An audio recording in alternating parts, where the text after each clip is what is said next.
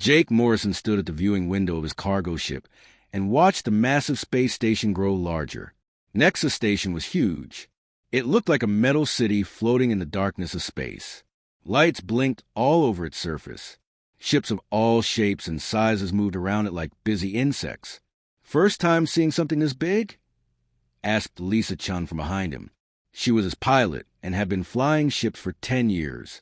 "No, but it still amazes me every time," Jake said. He was 32 years old and had been running cargo between human colonies for 5 years. His ship, the Aurora's Dream, was not fancy, but it was reliable.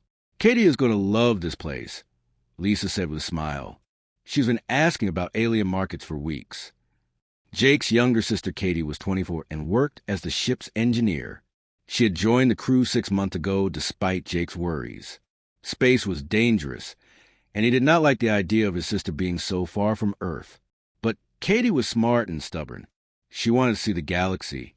"Just keep an eye on her," Jake told Lisa. "Some aliens don't like humans much." The Aurora's Dream slowly moved toward the docking bay. Jake could see other ships already docked. There were sleek Centaurian vessels that looked like silver teardrops. Bulky Thraxian freighters covered in armor plating. Strange ships he did not recognize from species he had never met. Humans had only been part of galactic society for 15 years. Earth had been contacted by the Centaurians first. They taught humans how to build faster ships and how to use galactic trade routes. But humans were still new. Many alien species saw them as primitives who got lucky. The docking process took an hour. Jake's crew of 6 got ready to leave the ship. Besides Jake, Lisa, and Katie, there was Danny Rodriguez, who handled security, Pete Sullivan, who managed cargo, and Amy Foster, who took care of medical needs and ship supplies. "Remember the rules," Jake told everyone as they gathered near the airlock. "Stay together when possible. Don't start fights.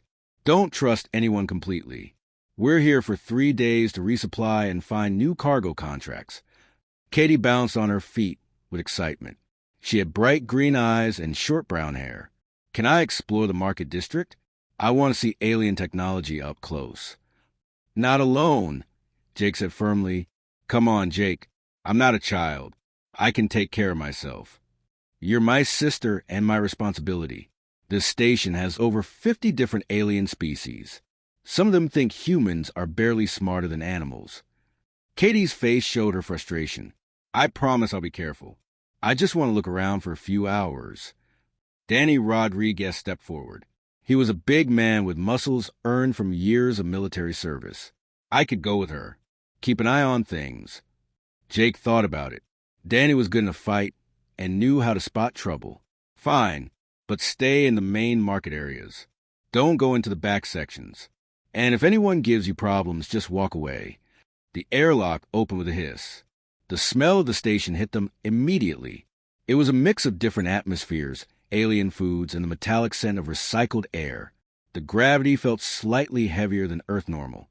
They stepped onto the station proper. The docking bay was enormous.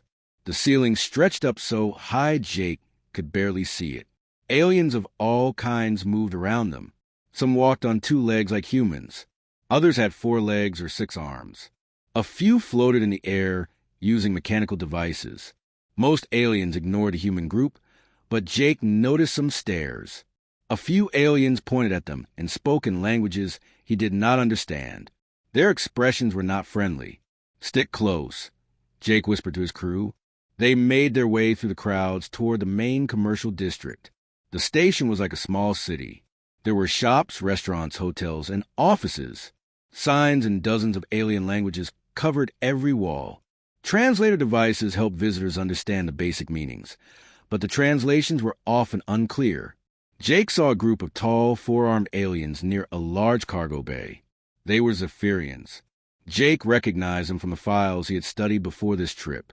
Zephyrians were aggressive traders who controlled several important trade routes. They looked down on most other species, especially humans. One of the Zephyrians noticed Jake looking and bared its teeth. Jake quickly looked away. Starting trouble with Zephyrians was a bad idea. They had powerful connections and long memories. The market district was incredible. Hundreds of stalls and shops sold everything imaginable. Alien fruits that glowed in the dark, weapons that could cut through steel like paper, computers smaller than human thumbs, but more powerful than anything on Earth. Katie's eyes were wide with wonder. Look at all this stuff. That merchant is selling crystals that store energy, and that one has tools I've never seen before. Remember what I said? Jake warned. Look, but don't touch anything expensive, and be polite to everyone. The crew split up to handle different tasks. Lisa went to file their cargo manifest with station authorities. Pete and Amy went to find supplies they needed. Danny stayed with Katie as she explored the market stalls. Jake had business of his own. He needed to find new cargo contracts for their next trip. The shipping office was on level 5 of the station. Jake took an elevator that moved sideways instead of up and down. The alien technology still confused him sometimes. The shipping office was busy with traders from many species.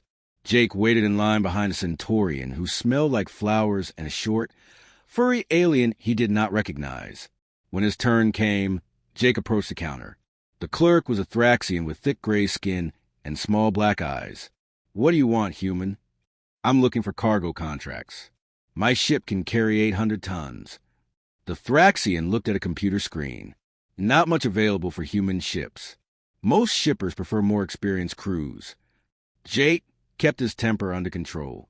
We've completed 37 successful runs without any lost cargo. The Thraxian seemed unimpressed. There's a grain shipment going to the Tau Ceti colonies. Low pay. Take it or leave it. The pay was indeed low, but Jake needed the work. I'll take it. As Jake finished the paperwork, he felt good about their visits so far. They would resupply, take on the grain shipment, and be on their way. 3 quiet days on Nexus Station, then back to familiar routes between human worlds. He had no idea that trouble was already beginning in the market district below. Katie Morrison walked to the market district with wonder in her eyes. She had dreamed of this moment since she was a child reading about alien civilizations. Now she was actually here, surrounded by beings from dozens of different worlds. Danny Rodriguez stayed close, but gave her room to explore. He was a good bodyguard, watching the crowds while letting her enjoy herself. Katie appreciated that Jake had sent someone who understood her excitement. The first stall she visited sold Centaurian art. The merchant was tall and thin with blue-gray skin and large eyes.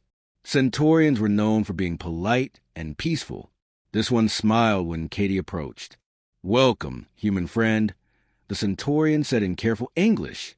"You're interested in our crystal sculptures?" Katie looked at the beautiful objects on display. They seemed to glow with their own inner light. "They're amazing. How do you make them?" "It is an ancient art. We sing to the crystals as they grow. Each one is unique, like a song made solid." Katie wanted to touch one of the sculptures, but she remembered Jake's warning about expensive items. "Thank you for explaining. They're beautiful." The Centaurian seemed pleased by her respectful interest.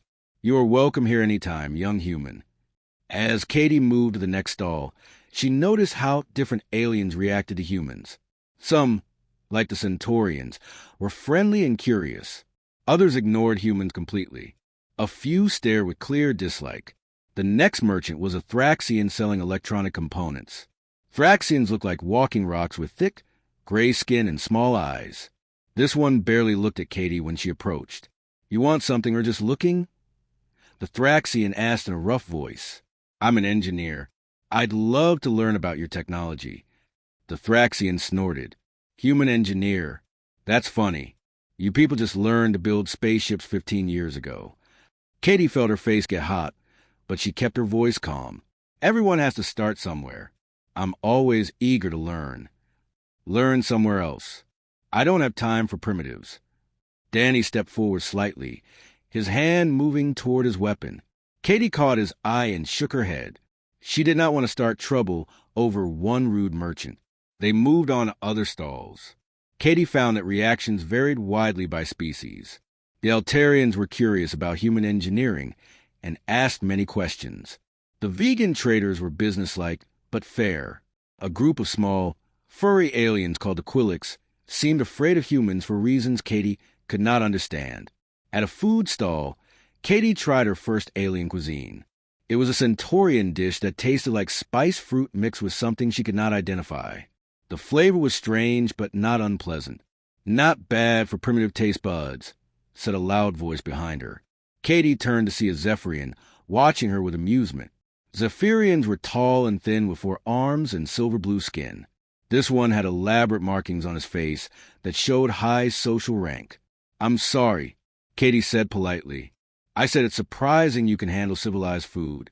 Most humans I've met can only eat the simple slop from their farm worlds." Danny moved closer, but Katie gestured for him to stay back. She had read about Zephyrian culture. They valued strength and directness. Being rude was often their way of testing other beings. Actually, humans eat a wide variety of foods. We've been adapting alien cuisine to our tastes quite successfully. The Zephyrians' 4 eyes narrowed. "Adapting? Yes, that's what you humans do. Take what real civilizations create and make crude copies." Katie felt her anger rising, but kept her voice level. "We prefer to think of it as learning and improving. Every species builds on what others have discovered. Some species create, others steal." The Zephyrian's voice was getting louder, attracting attention from nearby merchants and customers. Danny stepped up beside Katie. "I think we should move on." The Zephyrian looked at Danny with obvious contempt. The primitive female needs her male to protect her? How typically human. "I don't need protection," Katie said firmly, "but I don't need to listen to insults either." She turned to leave, but the Zephyrian called after her. "Run along, little human. Stay in the safe areas where you belong." Katie kept walking, her face burning with embarrassment and anger. She had hoped to make friends and learn about other cultures. Instead, she was finding out how many aliens truly felt about humans.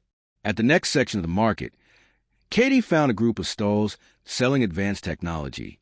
Her engineering training made her fascinated by the alien designs. She saw power cells that could run for centuries, computer chips smaller than grains of sand, and tools that could reshape matter at the molecular level. An elderly alien she did not recognize was selling repair equipment.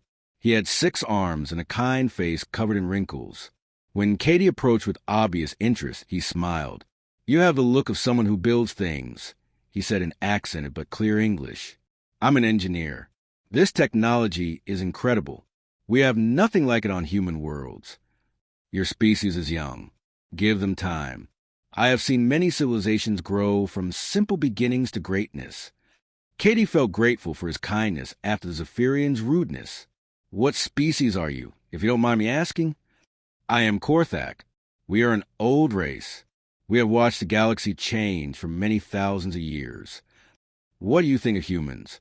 The old Korthak considered the question carefully. "You are interesting. Most young species are either very aggressive or very timid when they first join galactic society. Humans are neither. You are careful but not afraid, peaceful but not weak. It is a rare combination." Not everyone seems to agree with that assessment. No, some species fear what they do not understand. Others think strength only comes from age and tradition. They forget that new ideas often come from young minds. Katie spent an hour talking with the Korthak about engineering and technology. He showed her tools and explained how they worked. She shared some human innovations that impressed him. When she finally said goodbye, the Korthak gave her a small device. This is a universal scanner. It can analyze any material or energy pattern. Consider it a gift between engineers. Katie tried to pay him, but he waved her away. Knowledge shared freely always returns threefold. Perhaps someday you will help another young engineer, as I have helped you. As Katie and Danny continued through the market, Katie felt better about the day. Yes, some aliens were prejudiced against humans, but others were kind and welcoming. The galaxy was big enough for everyone to find their place. She had no way of knowing that her encounter with the rude Zephyrian was not over. In fact, he had been watching her for the past hour, growing more irritated with each friendly interaction she had with other species. His name was Vextar, and he was an important trader with a violent temper and strong opinions about species hierarchy. To him, humans were primitives who needed to be reminded of their place. Soon, he would try to do exactly that. Katie was examining a display of alien crystals when disaster struck. She had been having a wonderful time in the market district, meeting friendly merchants and learning about new technologies. Danny Rodriguez had relaxed his guard slightly as the hours passed without serious incident. The crystal merchant was a small, purple-skinned alien who spoke in musical tones. Katie was fascinated by how the crystals could store and amplify energy. She leaned in closer to get a better look at one particularly beautiful specimen. "These are grown in the deep caves of my homeworld," the merchant explained. "It takes 50 years for each crystal to reach full size." Katie stepped back to give the crystal more space, not wanting to accidentally damage something so valuable. As she moved backward, she bumped into something solid behind her. She turned quickly to apologize and found herself face to face with the rude Zephyrian from earlier. Up close, he was even more intimidating. He stood over 7 feet tall, and his forearms were muscled like a warrior's. The markings on his face showed he was from a high-ranking clan. "I'm so sorry," Katie said immediately. "I didn't see you behind me." The Zephyrian's 4 eyes blazed with anger. His voice carried across the busy marketplace as he spoke. "You dare to touch me, primitive?" The word touch was clearly an insult in his language. Katie could tell from his tone and the way other aliens nearby stopped what they were doing to stare. The marketplace began to grow quiet as attention focused on their confrontation. "It was an accident," Katie said, keeping her voice calm and respectful. "I apologize for any offense." "Accident." The Zephyrian's voice got even louder. "Your kind spreads across the galaxy like a disease, bumping into your betters without thought or care." Danny moved closer to Katie's side. His hand rested on his weapon, but he did not draw it. Starting a fight on the station would cause serious problems for Jake's business. Katie tried again to defuse the situation. "I understand you're upset. I should have been more careful. Please accept my apology." But the Zephyrian was not interested in apologies. He had been watching Katie for over an hour, growing more angry as he saw other aliens treat her with respect and kindness. To him, humans were nothing more than clever animals who had stolen their way into galactic civilization. "You understand nothing, mammal," he snarled. The word mammal was another insult. "Your species crawled out of mud barely a moment ago, in galactic terms. You have no right to walk among civilized beings." A crowd was gathering now. Katie could see dozens of aliens watching the confrontation with interest. Some looked concerned, but others seemed entertained. A few were even making what looked like bets on what would happen next. "Look," Danny said, speaking for the first time, "nobody wants trouble here. Let's just go our separate ways." The Zephyrian's attention turned to Danny, and his expression became even more hostile. Another primitive speaks. "Tell me, human male, do you let your females wander freely because you cannot control them?" Katie felt her anger flare at the sexist comment, but she forced herself to stay calm. "We're leaving now. Thank you for your time." She turned to walk away, hoping to end the confrontation. But as she moved, the Zephyrian's upper right arm shot out and grabbed her wrist in a painful grip. "I did not give you permission to leave," he said loudly, making sure everyone in the marketplace could hear. "You will show proper respect to your betters." Katie tried to pull free, but the Zephyrian's grip was incredibly strong. His claws dug into her skin, and she could feel them drawing blood. Pain shot up her arm as he squeezed tighter. "Let me go," she said, her voice strained with pain. "You will apologize properly. On your knees, like the primitive you are." The crowd pressed closer, eager to see what would happen. Katie looked around desperately for station security, but none were visible. The aliens watching seemed more interested in the entertainment than in helping her. Danny's hand moved to his weapon. "Let her go. Now."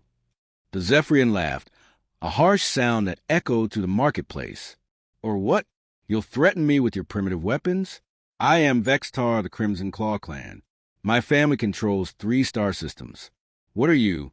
Nothing."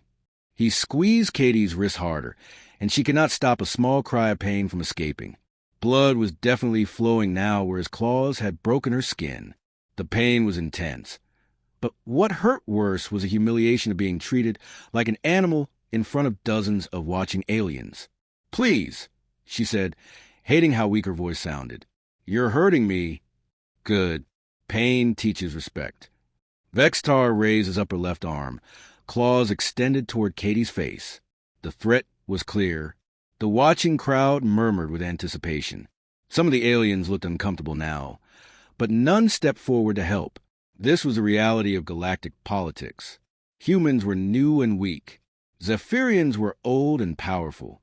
Most species would not risk offending Vextar to save one human female. Danny reached for his weapon, but Katie caught his eye and shook her head slightly. If he attacked Vextar, it would cause an interstellar incident. Jake's business would be ruined, and they might all end up in prison or worse. But Katie had forgotten something important. She was not just any human female. She was Jake Morrison's sister. And Jake Morrison was not the kind of man who let anyone hurt his family, no matter what the consequences might be. In the crowd of watching aliens, a familiar figure was pushing through toward the confrontation. Jake had finished his business in the shipping office and come looking for his sister. What he found was every brother's worst nightmare. A 7-foot-tall alien had his sister by the wrist, was drawing blood with his claws, and was threatening to do worse. The crowd was watching like it was entertainment, and no one was helping her. Jake Morrison felt something cold and dangerous settle in his chest. He had been a soldier before becoming a cargo runner. He knew how to fight, and he knew how to hurt people who threatened his family. The crowd was so focused on the confrontation between Vextar and Katie that most did not notice Jake approaching from behind. He moved with the fluid grace of a trained fighter, his face calm despite the fury burning in his eyes. Vextar was still speaking, his voice loud and mocking. "Perhaps I should teach all humans proper respect for their betters, starting with this one." He never saw Jake coming. The first punch caught him completely by surprise, a devastating blow that sent teeth flying across the marketplace floor. The sound of impact echoed to the sudden silence as Vextar staggered backward, releasing Katie's wrist. Jake Morrison stood between his sister and the Zephyrian, his fists ready for more violence. His voice was calm and deadly quiet when he spoke. "Keep your hands off my sister." The marketplace fell completely silent. Hundreds of aliens stared in shock as Vextar stumbled backward, blood flowing from his mouth. 3 of his teeth lay scattered on the metal floor, gleaming white against the dark surface. Jake Morrison stood perfectly still, his fists still raised, ready for whatever came next. He was not a large man by human standards, standing only 6 feet tall with an average build. But there was something in his posture and his eyes that made even the biggest aliens in the crowd take a step back. Vextar touched his bleeding mouth with one of his 4 hands. His eyes were wide with disbelief. In all his years as a powerful clan leader, no one had ever dared to strike him. The idea that a primitive human had knocked out his teeth was impossible to process. "You," he started to say, then spat blood onto the floor. "You struck me. You hurt my sister," Jake replied calmly. "You're lucky that's all I did." Katie stood behind her brother, cradling her injured wrist against her chest. She could see the claw marks clearly now, for parallel cuts that were bleeding steadily. But she was more concerned about what would happen next.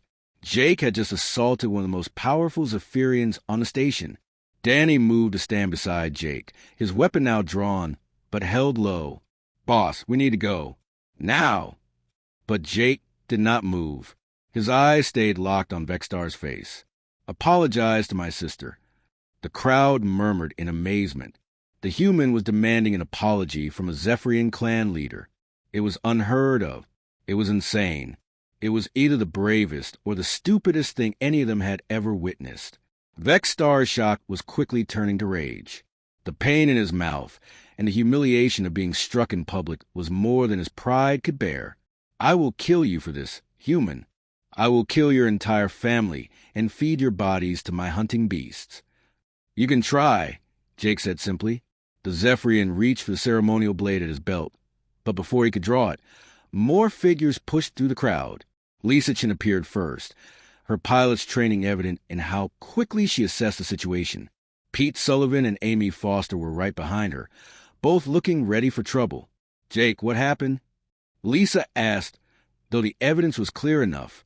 Vexstar's bleeding mouth and missing teeth told most of the story. He hurt Katie, Jake said without taking his eyes off the Zephyrian. Now he's going to apologize. Amy immediately went to Katie's side to examine her injured wrist. These cuts are deep. We need to get her to medical. Vexstar finally managed to draw his blade, a curved weapon that gleamed with a dangerous edge.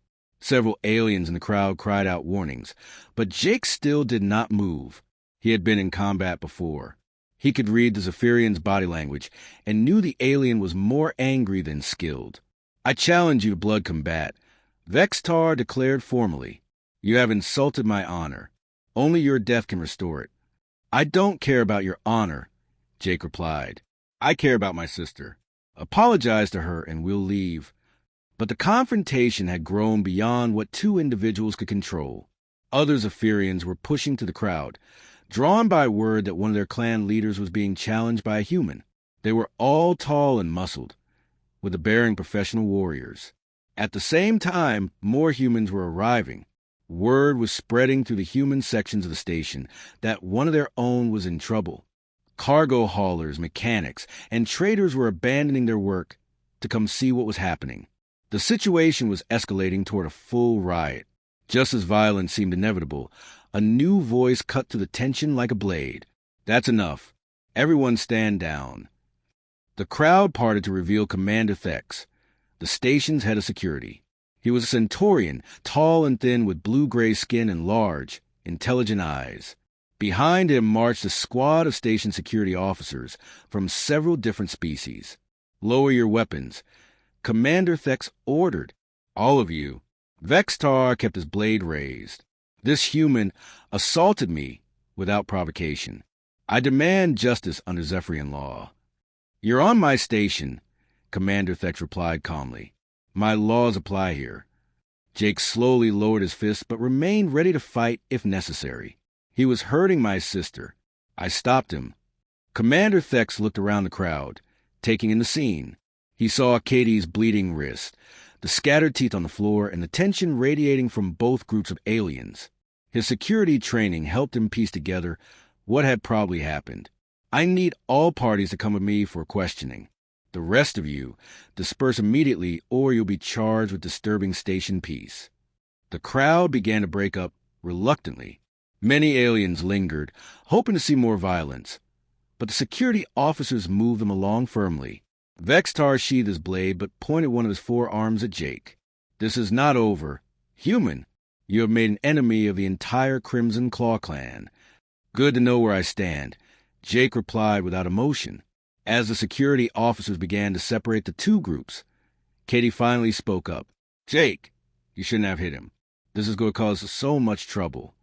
Jake looked at his sister's injured wrist and then at her face. His expression softened slightly. Katie, if someone hurts you, I don't care if they're the Emperor of the Galaxy. I will always come for you. Commander Thex overheard the comment and filed it away for later consideration. He had dealt with many species over the years, but humans were still relatively new to him. Their protective instincts toward family members seemed particularly strong. The security team escorted both groups toward the station's administrative offices. As they walked through the corridors, Jake could see other aliens watching with intense interest. News of the confrontation was already spreading throughout the station. Some of the watchers looked sympathetic to the humans. Others seemed to support Vexstar. A few appeared to be calculating how this incident might affect their own business deals. Jake realized that what had started as a simple protective reaction was now becoming something much bigger. The confrontation between him and Vexstar was no longer just about Katie's safety. It was becoming a test of whether humans could stand up to establish galactic powers. He did not regret hitting the Zephyrian. He would do it again without hesitation. But he also knew that the consequences were just beginning. As they reached the security offices, Jake caught sight of Katie walking beside Amy. She was pale from pain and worry, but she was walking steadily. She was strong, his sister, stronger than he sometimes gave her credit for. Whatever happened next, Jake knew he had done the right thing. Family came first. Everything else was just politics. The security office was tense with barely controlled hostility.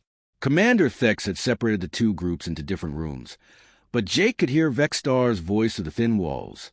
The Zephyrian was demanding immediate action, his words growing louder and more threatening by the minute. "You must understand the severity of this situation," Vextar was saying to someone in the other room. "I am not just any Zephyrian. I am a clan leader with connections throughout this sector. If justice is not served, there will be consequences for this entire station." Jake sat in a metal chair across from Commander Thex's desk. Katie was beside him, her wrist now properly bandaged by Amy Foster. The medical scan had shown 4 deep puncture wounds from Vextar's claws, but no permanent damage. Still, the attack had left clear evidence of assault. Danny, Lisa, Pete, and Amy waited in chairs along the wall. They all looked ready for trouble, and Jake appreciated their loyalty. Not every crew would stand by their captain when he punched an important alien in public. Commander Thex entered the room carrying a data pad and looking tired. He was an experienced security chief who had dealt with thousands of disputes over the years. But Jake could tell the situation was different. The political implications were more serious than a typical bar fight. "Mr. Morrison," Commander Thex began, "I need you to explain exactly what happened in the marketplace." Jake kept his story simple and factual. "I came looking for my sister and found that alien holding her wrist against her will. His claws were cutting her skin and drawing blood. She was in pain and asking him to let her go. He was threatening to hurt her more. So you struck him?" "Yes." Without warning or attempting to negotiate, Jake met the commander's large eyes directly. "He was hurting my sister. I stopped him. I would do it again." Commander Thex made notes on his datapad. "Are you aware that Vextar is a highly ranked member of Zephyrin society? Assaulting him could be considered an act of aggression against his entire clan." "I didn't care about his rank when I saw my sister bleeding," Jake replied. "I still don't." The commander studied Jake's face for a long moment. "You humans have very strong family bonds." "Strong enough to fight for," Jake confirmed. Before Commander Thex could respond, shouting erupted from the corridor outside. Multiple voices were arguing in different languages, and the sound was getting closer to the security office. The door burst open, and 3 more Zephyrians entered without permission. They were all tall and heavily muscled, with the elaborate facial markings that showed high social rank. Behind them came 2 other aliens that Jake did not recognize. "Commander Thex," the lead Zephyrian announced, "I am Kexmar, brother to clan leader Vextar. I demand the immediate arrest and execution of the human who dared assault a member of my family." Commander Thex stood up slowly, his diplomatic training evident in how he kept his voice calm. "Kexmar, you cannot enter my office without permission. Please wait in the corridor while I finish this investigation." "Investigation?" Kexmar's voice was filled with contempt. "What is there to investigate? The human struck my brother in full view of hundreds of witnesses. The crime is clear. The punishment must be swift." Jake remained seated, but he could feel the tension in the room rising. Katie moved closer to him, and he could see fear in her eyes. Danny's hand was resting on his weapon again. "The situation is more complex than simple assault," Commander Thex explained patiently. "Your brother was physically restraining a station visitor against her will. His actions may constitute assault as well." Kexmar looked at Katie with obvious disgust. She bumped into a Zephyrian clan leader.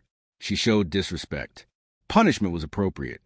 On this station, physical assault is not appropriate punishment for accidentally bumping into someone. Commander Thex replied firmly.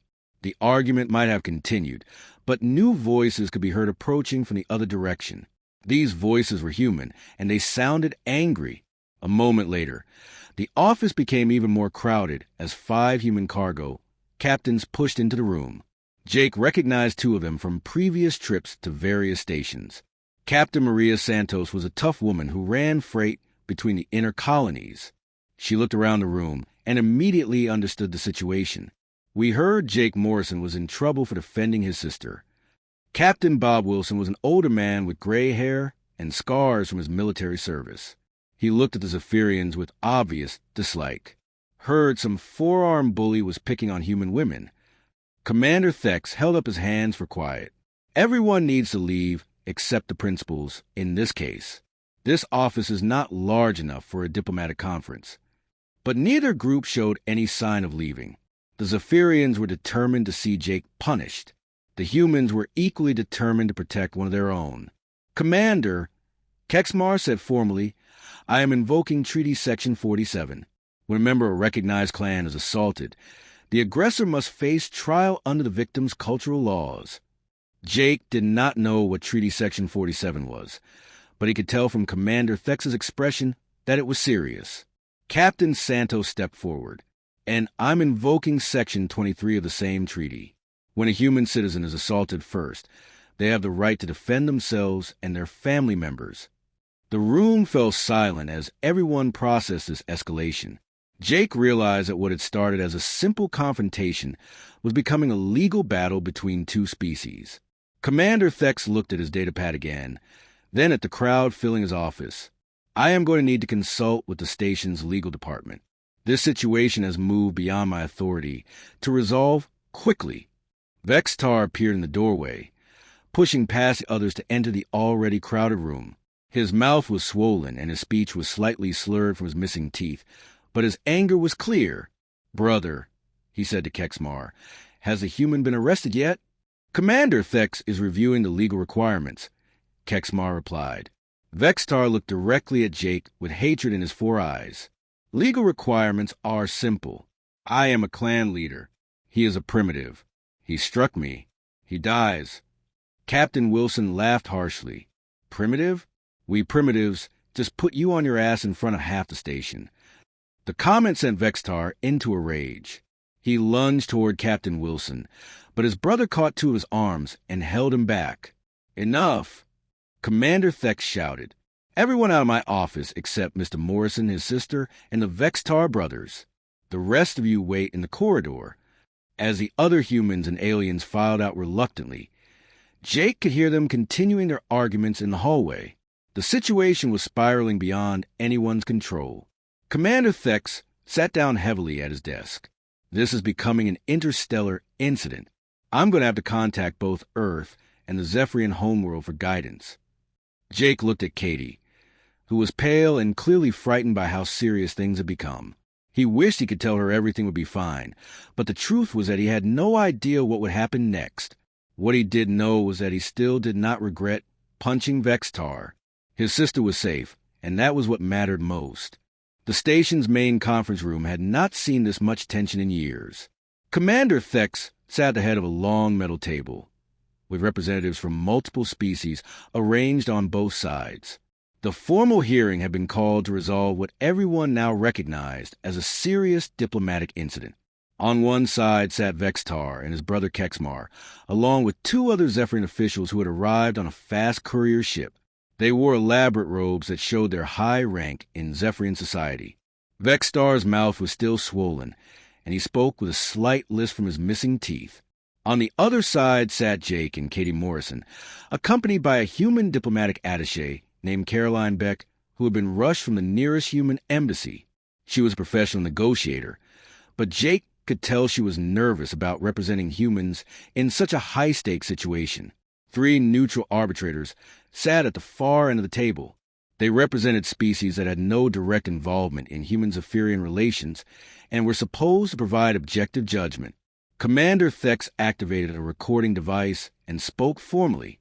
This hearing will determine whether assault charges should be filed in the matter of Jake Morrison versus Vextar of the Crimson Claw clan. Vextar's senior representative, an elderly Zephyrian named Dextor, stood to present their case. He was clearly a skilled speaker who knew how to work a room. Honorable arbitrators, the facts of this case are simple and clear.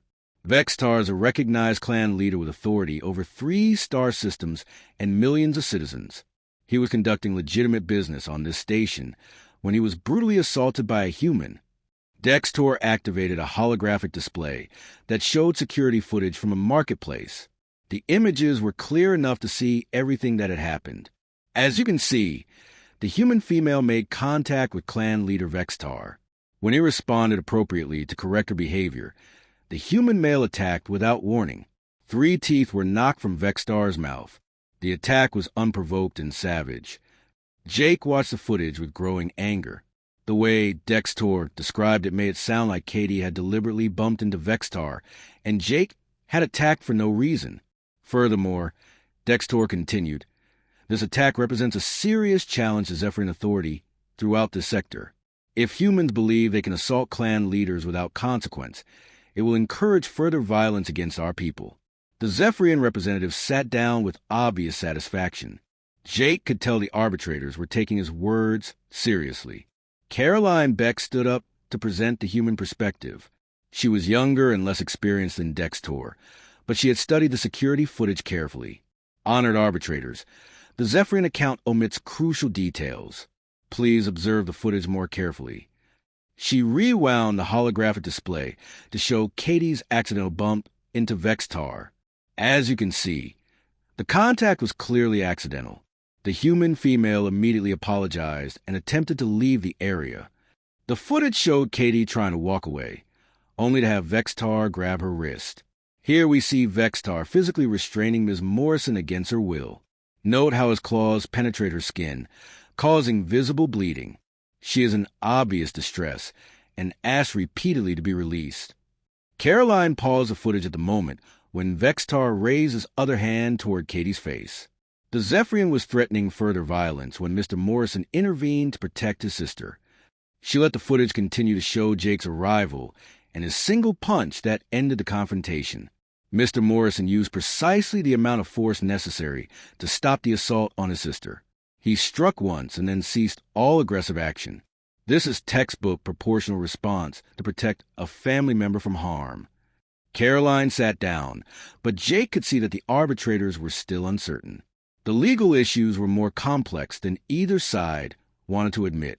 One of the neutral arbitrators, a dignified alien with silver skin and large eyes, spoke for the first time. The question before us is whether Mr. Morrison's response was legally justified under station law. Station law is irrelevant. Kexmar interrupted angrily. Zephyrian clan law takes precedence when a clan leader is assaulted, and human law takes precedence when a human citizen is assaulted first. Caroline responded immediately. Commander Thex consulted his datapad. Both species have signed treaties giving their citizens protection under their home legal systems. However, both treaties also recognize station law as supreme in matters of local jurisdiction.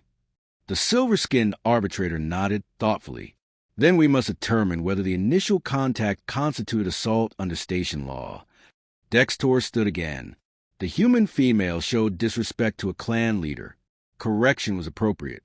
Correction does not include physical restraint and the drawing of blood. Commander Thex replied firmly. Station regulations are clear on this point. Jake watched the legal arguments continue for another hour. The Zephyrians insisted that their cultural practices gave them the right to correct disrespectful behavior. The human representative argued that accidental contact could not justify assault. Finally, the arbitrators called for a recess to deliberate. As the various groups filed out of the conference room, Jake found himself walking beside Katie in the corridor. "I'm sorry about all this," she said quietly. "If I had been more careful—" "Katie, stop. You did nothing wrong. You apologized for an accident and tried to leave. Everything that happened after that was his choice." Caroline Beck caught up with them. "Mr. Morrison, I need you to understand how serious this situation has become. The Zephyrians are threatening to file formal complaints with Earth's government if you are not punished." "What kind of punishment are they asking for?" "They want you imprisoned for assault and banned from all Zephyrian-controlled space. That would effectively end your career as a cargo runner." Jake felt a cold anger settle in his chest. "And if I had let him hurt my sister?" "I'm not saying you should have. I'm just explaining the stakes." Danny Rodriguez appeared at Jake's shoulder. "Boss, I've been monitoring communications.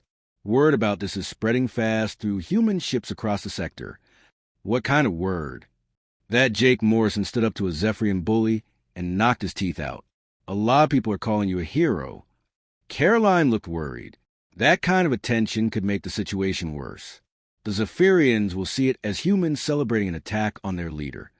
"Maybe they should," Jake said simply. Before Caroline could respond, Commander Thex approached their group. The arbitrators have reached a preliminary decision. They want to review one more piece of evidence before making it final. What evidence? Caroline asked.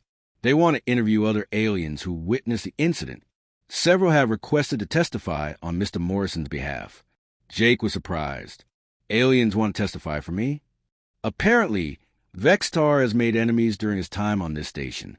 Several merchants are willing to describe other incidents where he has used his position to intimidate and threaten people. As they walked back toward the conference room, Jake realized that this case was about more than just his confrontation with Vextar. It was becoming a test of whether powerful aliens could abuse others without consequence. He still had no regrets about protecting Katie, but he was beginning to understand that the consequences would reach far beyond his own family. Jake Morrison had no idea how quickly news could travel through space until his confrontation with Vextar became the most talked-about incident in 3 star systems. What started as a simple family dispute had grown into something much larger. The first sign came when Danny Rodriguez burst into Jake's temporary quarters on the station with a data pad in his hands. "Boss, you need to see this." Jake took the device and read the message displayed on the screen. It was from Captain Sarah Kim of the cargo vessel Stellar Wind, based out of New Angeles Colony. "Jake, heard about what happened on Nexus Station. Every human captain in this sector is talking about how you knocked that 4-armed bully on his ass. About time someone taught those Zephyrian bastards some manners. If you need backup, just say the word. Captain Kim, Stellar Wind." "How many messages like this have you received?" Jake asked.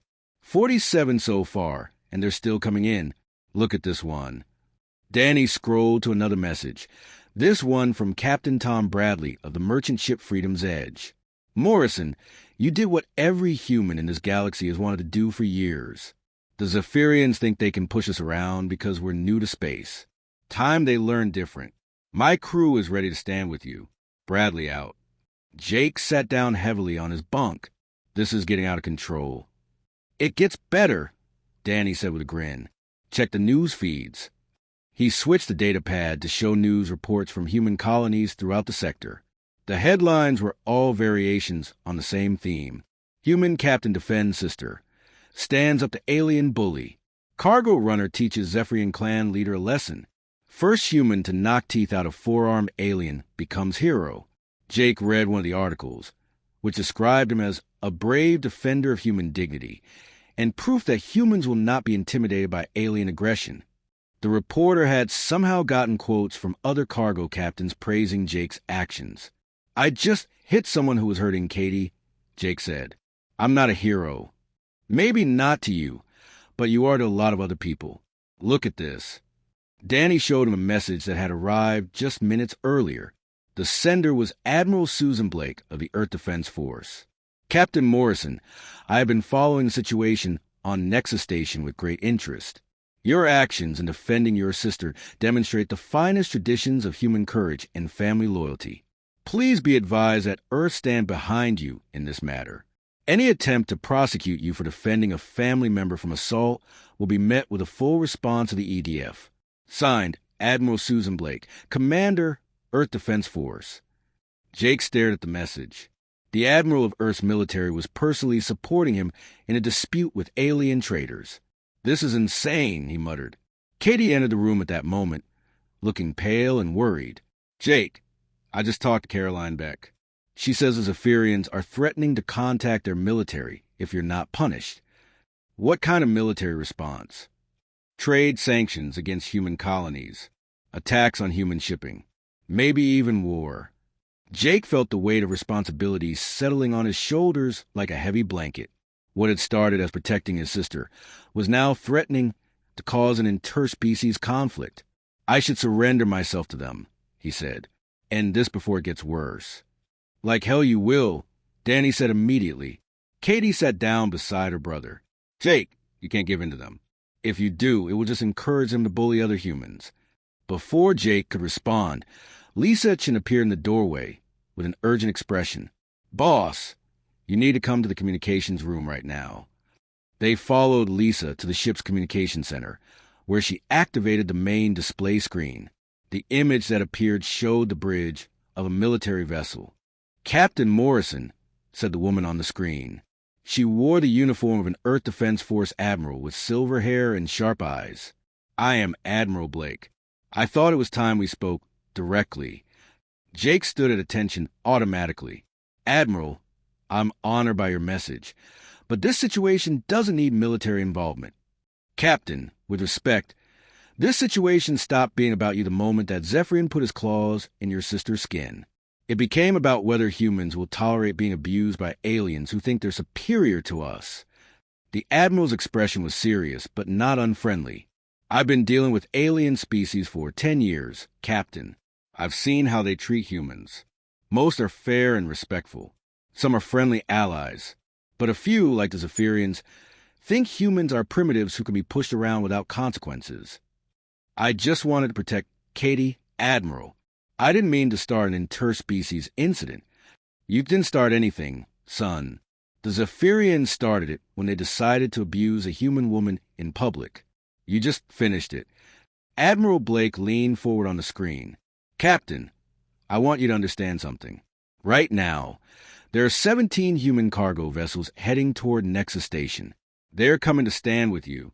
There are also 3 EDF patrol cruisers moving into the area, just in case the Zephyrians decide to escalate beyond diplomatic protests." Jake felt overwhelmed. "Admiral, I appreciate the support, but I don't want this to turn into a war." "Neither do I, but sometimes you have to show strength to prevent bigger conflicts later. The Zephyrians need to understand that attacking humans has consequences." Katie stepped into view of the communication screen. "Admiral Blake, I'm Katie Morrison. This whole thing happened because I accidentally bumped into that alien. I don't want my brother to suffer for protecting me." The Admiral's expression softened when she looked at Katie's bandaged wrist. "Miss Morrison, what happened to you could happen to any human in alien space. If we don't stand up now, it will keep happening. What do you need from us?" Jake asked, "Just keep doing what you're doing. Don't back down. Don't apologize for defending your family. Let the arbitrators make their decision based on law, not fear." After the communication ended, Jake sat quietly for several minutes. The situation had grown far beyond anything he could have imagined. Danny broke the silence. "Boss, 17 ships coming to support us. That's something." "It's everything," Katie said softly. "It means we're not alone out here. It means humans take care of each other." Jake looked at his sister, then at his crew. They were right. This wasn't just about one confrontation anymore. It was about whether humans would stand together when one of their own was threatened. For the first time since the incident began, Jake Morrison felt proud of what he had done. He had protected his sister, and in doing so, he had reminded the galaxy that humans were not victims to be abused. Whatever the arbitrators decided, Jake knew he would face it with the support of his own species behind him, and that made all the difference. The conference room was packed with observers from dozens of species when the arbitrators returned with their final decision. Jake Morrison sat between his sister Katie and the human diplomatic attaché Caroline Beck, trying to stay calm despite the enormous consequences hanging over their heads. Commander Thex called for order as the 3 neutral arbitrators took their seats. The lead arbitrator, the silver-skinned alien Jake had seen before, stood to deliver their judgment. After careful review of all evidence and testimony, this tribunal has reached a unanimous decision. The arbitrator began. His voice carried clearly through the silent room. "We find that the initial contact between Katie Morrison and Vextar was accidental and did not constitute assault or disrespect under station law. We further find that Vextar's response, including physical restraint and the drawing of blood, constitute assault under those same laws." Jake felt a surge of relief, but the arbitrator was not finished. "We find that Jake Morrison's response was proportional to the threat against his family member and was legally justified as defense of another person. No charges will be filed against Mr. Morrison." The room erupted in noise as various aliens reacted to the decision. The Zephyrians were furious, shouting protests in their own language. But Jake noticed that many other species seemed pleased with the outcome. The arbitrator raised his hand for silence. Furthermore, This tribunal finds that Vextar violated station regulations regarding assault and threatening behavior. He is hereby fined 50,000 galactic credits and banned from Nexus Station for a period of 6 months. Vextar leaped to his feet, his forearms gesturing wildly. This is an outrage. You cannot treat a clan leader this way. I just did, the arbitrator replied calmly. Your rank does not give you the right to assault other beings on this station. Kexmar tried to control his brother, but Vextar was beyond reason. This decision is invalid. The Crimson Claw clan will not accept this insult. Commander Thex stood up. The decision of this tribunal is final. If you wish to appeal, you may do so through proper diplomatic channels. In the meantime, you will comply with the station ban or face additional penalties. As the Zephyrians filed out of the room making angry threats, Jake found himself surrounded by well-wishers from other species. The elderly Korthak engineer he had met earlier pushed through the crowd to shake his hand. Well done, young human, the old alien said with obvious approval. It is good to see someone stand up to bullies, regardless of their supposed importance. A Centaurian merchant approached next. Mr. Morrison, I have cargo contract available if you are interested. After seeing how you protect your family, I believe you will protect my goods as well. Jake was amazed by the positive response. He had expected to be treated as a troublemaker, but instead, many aliens seemed to respect what he had done. 3 days later, the Aurora's dream was preparing to leave Nexus Station. Jake's crew had finished loading their cargo, a grain shipment bound for the outer colonies. But they were not leaving alone. True to Admiral Blake's word, 17 human cargo vessels had arrived to show support. They formed an impressive convoy as they prepared to depart the station together. Katie stood on the observation deck, watching the other ships through the viewport. Her wrist was healing well, and the incident with Vextar was becoming a memory. Do you regret what happened? She asked Jake as he joined her. Jake considered the question carefully. I regret that you got hurt. I regret that it became such a big political issue. But I don't regret protecting you. I never will. Even if it started a war. Katie, you're my sister. You're family. I would fight the entire galaxy if I had to. She smiled and gave him a hug. That's both sweet and terrifying. Danny Rodriguez appeared with a data pad in his hands. Boss, we just got an interesting message. From who? Vextar. Jake took the device and read the message. It was short and written in formal language, but the meaning was clear. Vextar was formally withdrawing his complaints and accepting the tribunal's decision. Why would he do that? Katie asked. Danny grinned. According to my contacts, his own clan elders told him to drop it. Apparently, they reviewed the security footage and decided he was in the wrong. They're embarrassed by how this whole thing made them look. Jake was surprised but pleased. So it's really over? It's over, Danny confirmed. As the convoy of human ships left Nexus Station, Jake received one final communication. It was from Commander Thex. Mr. Morrison, I wanted to thank you for handling the situation with dignity. In 20 years of security work, I have seen many powerful beings abuse their position to intimidate others. It was refreshing to see someone stand up to that behavior. The commander paused before continuing. I have also learned something about humans from watching you and your species' response to this incident. You are individually strong, but you become much stronger when you unite to protect each other. That is a valuable trait in the galaxy. Jake smiled as he closed the communication. Commander Thex was right about humans. They did become stronger when they stood together. Over the following weeks, Jake noticed changes in how other species treated him and his crew. Some aliens who had previously been dismissive or rude became more respectful. Word of the incident spread throughout the trade networks, and Jake Morrison was becoming known as a human who stood up to Zephyrian bullies. More importantly, other humans were standing up for themselves too. Jake received reports of human captains refusing to accept unfair treatment from alien authorities. The incident on Nexus Station had shown that humans would support each other when threatened, and that knowledge was making them braver. Katie continued to explore alien markets and learn about new technologies. But now she did so with the confidence that came from knowing her brother and her species would protect her if needed. Jake never saw Vextar again.